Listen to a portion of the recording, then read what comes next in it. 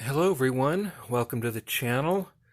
Today I'd kind of like to do a little bit of a retro view.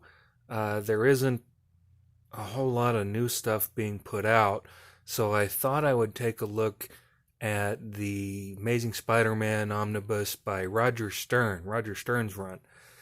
Although technically this is not all the Amazing Spider-Man as you shall see. This has got Peter Parker, the Spectacular Spider-Man, in there as well. Here's the cover. Here's what the spine looks like. And then here's the back. Now this includes the Spectacular Spider-Man 43 through 61 and 85. It also includes the Amazing Spider-Man 206, 224 to 252, and annual number 16 and 17. So it's got a lot in there. It's nice to have this run collected. Mine is a little beat up, a little worn. I've had this since it first came out. Let's take the dust jacket off. Okay. And as in typical kind of old school omnibus fashion, it's just white on black. And the spine. And it's got a nice binding right there. Holds together really well. Nice splash page with Spidey, Spider-Man, and the Hobgoblin. This goes through the years of 1980, and it does follow consecutively with the issues. And it goes all the way through 1984. So it's got 4 years worth of issues in here. So if you like Spider-Man, the Bronze Age, this is some good stuff. And this is the stuff that I grew up with. So I was really excited to get a copy of this.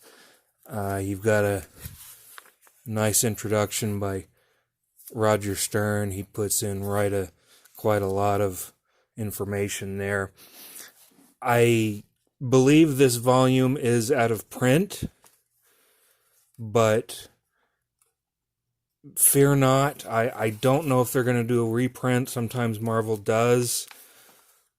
If they don't, and you would like to at least work on the Amazing Spider-Man issues, you wouldn't be able to get these Peter Parker issues as part of it. But on September 22nd, that's the projected date. They're going to release the next Amazing Spider-Man Marvel Masterworks edition, and it's going to start Roger Stern's run. So if you don't mind missing Peter Parker, you can always get the Amazing Spider-Man issues. It's supposed to be a pretty big book for a Marvel Masterworks. The retail price on it's $100, which, well, I think it's a little much. But honestly, I think all the Marvel Masterworks are a little much. But if you know where to look, you can find them cheaper than cover price. So shop around, look at your online retailers. There's plenty of them to choose from. Somebody's going to have a copy for cheap. So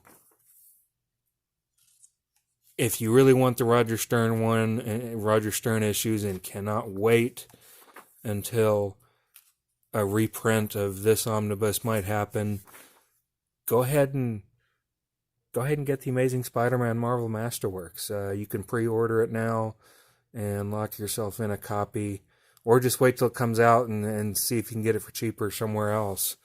So anyway, I remember this issue from when I was a kid when he fought the smuggler.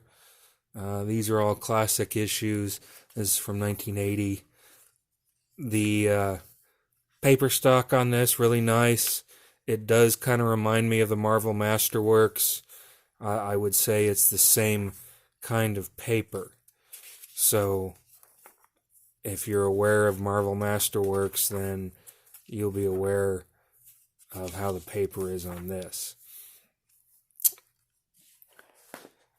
This artwork this is on Spectacular Spider-Man.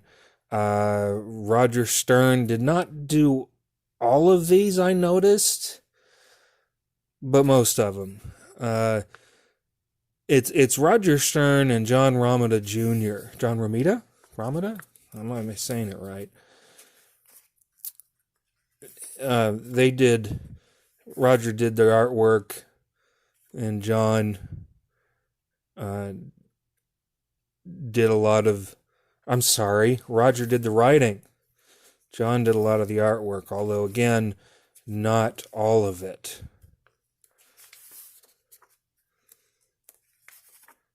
But, like I say, this is a classic read. The artwork, I think, is what you would expect from the time period. I don't think all of it is spectacular. I remember I had this issue, too. I remember that one. But, you know what? It's good for Spidey. And I do think it gets better once John starts getting into it.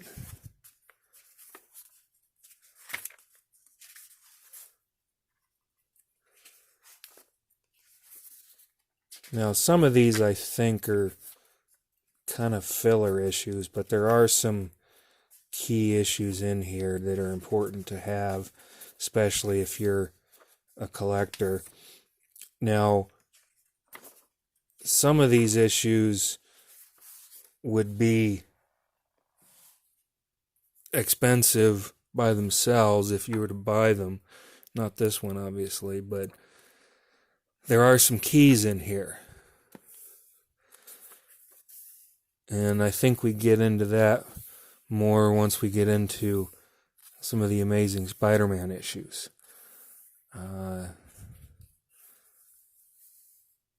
Again, I really like the paper. It's really nice, and it's a little on the glossy side, but it's not so bad that you can't read it in light.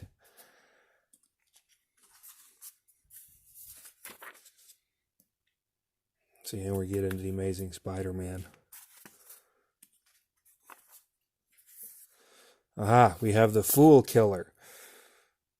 He kind of has a goofy costume, but it looks kind of cool in a way. Although I didn't really like the character that much because he's basically a basket case. I gotta kill fools. Who's a fool? If you're a fool, I'll kill you. And then he realizes he's a fool and he's got to kill himself. So anyway, here's an issue where the Black Cat comes back. Black Cat has become very much part of the Marvel Universe. I don't think at the time we realized how much the Black Cat was going to play a role in the modern Marvel Universe. Nice to have her, though. I always liked her character. She was intriguing. She was sexy, beautiful, nice femme fatale for Spider-Man.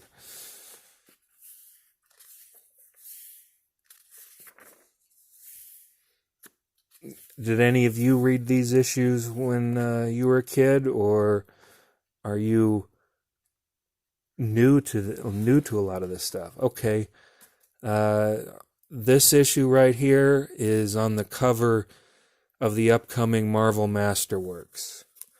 So this is what the cover is going to look like, because I've seen the artwork for what the cover is. So that's on the front cover.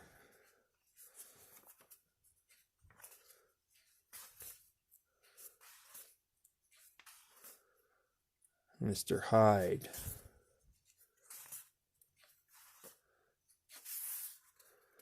And then Spider-Man's back fighting the tarantula. A lot of good stories in here.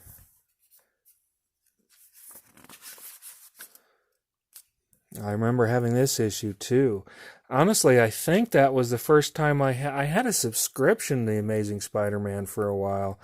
And I think that was the first issue I had in my subscription. I don't know if anyone even does that anymore. I don't think they do. And Tarantula got changed. He had a bad time.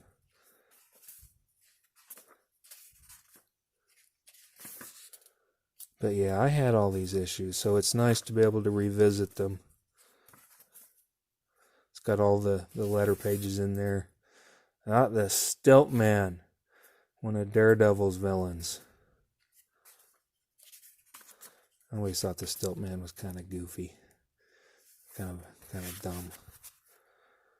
Here we go. Here is the Amazing Spider-Man Annual number 16. This is the origin story of the Captain Marvel of that era, a young African-American woman. And she was around for quite a while, if I remember. There she is in costume.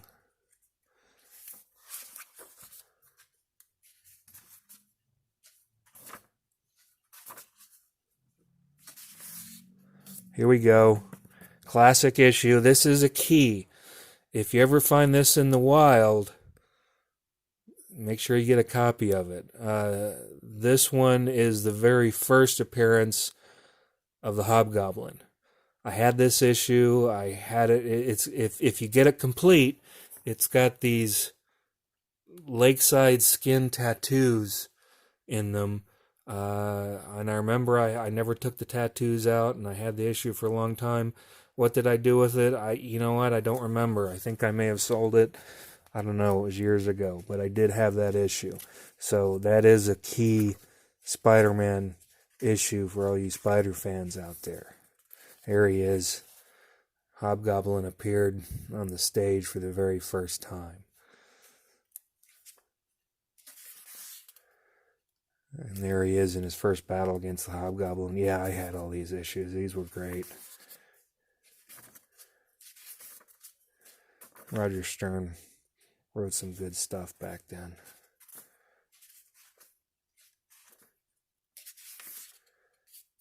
You got the Vulture fighting him. Mary Jane makes an appearance.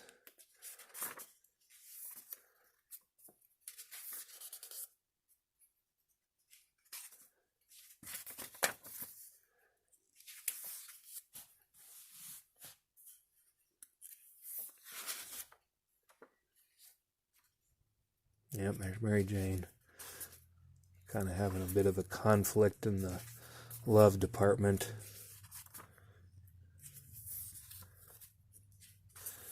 Some of this clothing and hairstyles looks very 1980s, so you kind of have to bear with that. But you got to remember, at the time, that was considered modern. It was very modern. It was, they always kept the clothing up to date. Oh, here's the Black Cat back.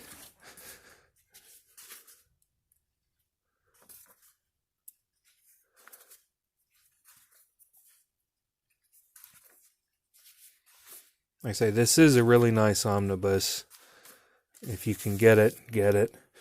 Here's a classic issue, The Kid Who Collects Spider-Man. A lot of people like that issue. It's considered a classic nowadays. Hobgoblin's back. Black Cat is back. There's this Spider-Man Annual. I had that one too. Got the Kingpin here.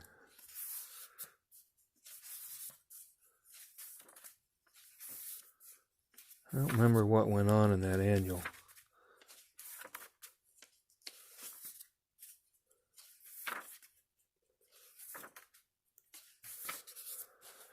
Here we go. This is the 250th issue of Spider-Man, Amazing Spider-Man fighting the Hobgoblin.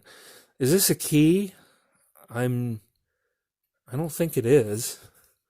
Maybe some of you can tell me if it's a key issue or not. I'm not sure that it is. But you get issue 250 in there at any rate.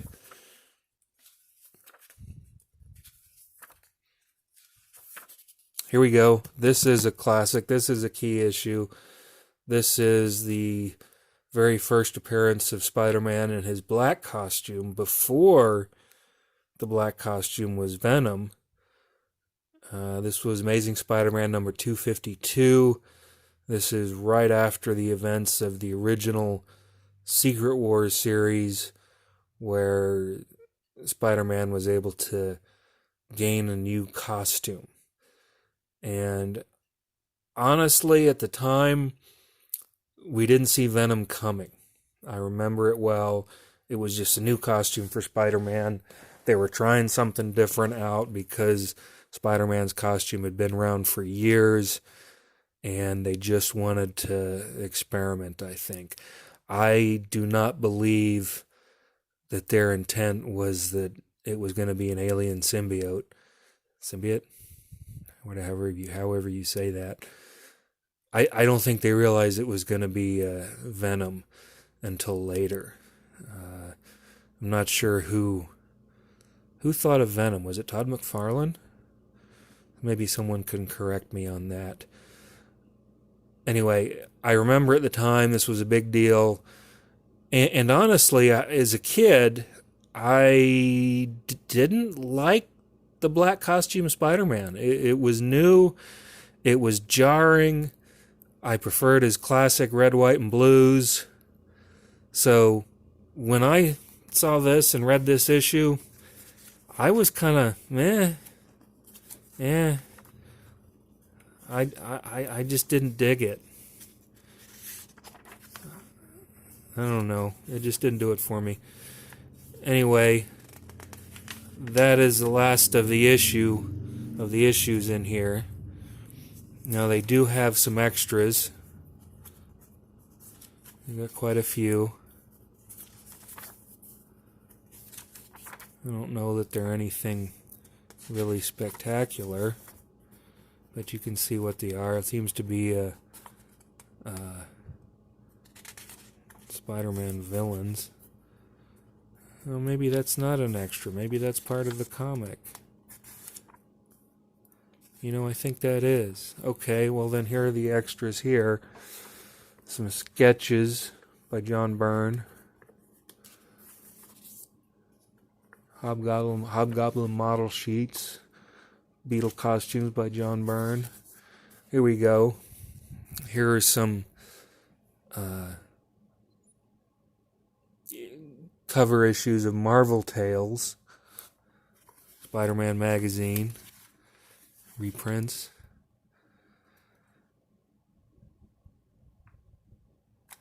And that's pretty much it. So as far as